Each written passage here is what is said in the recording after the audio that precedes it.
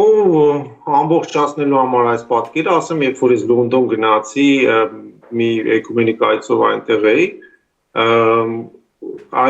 տեղի բնակիչ հայ համայնքի ներկայացուցիչները ասում են մենք Նաթանից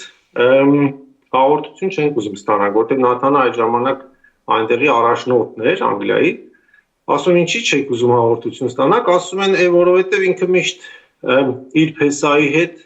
ամենտեղ միասին են գնում,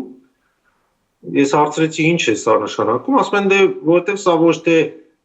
ծպտված համասարամուլ է, այլ բացահայտ, ու ցավալին ինչ է, որ այսպիսի մարդկանցով է լցրել Կտրիչ Ներսիսյանը կարգապահական ժողովը, որպեսզի ինքը իրենց ինչ թելադրի, սրանք էլ ընդունեն, այսինքն դեռ ինչ որ իբրև թե բաներ են քննարկվում, բայց ինքը իրենց ինչ որ պարտադրի, սրանք որոշումը այո են ասում,